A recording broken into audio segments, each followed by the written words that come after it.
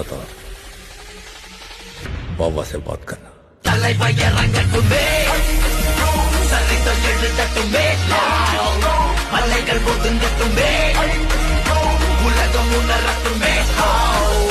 அரங்கம் அதிரட்டுமே சில்லு பறக்கட்டுமே கரங்கள் வசரட்டுமே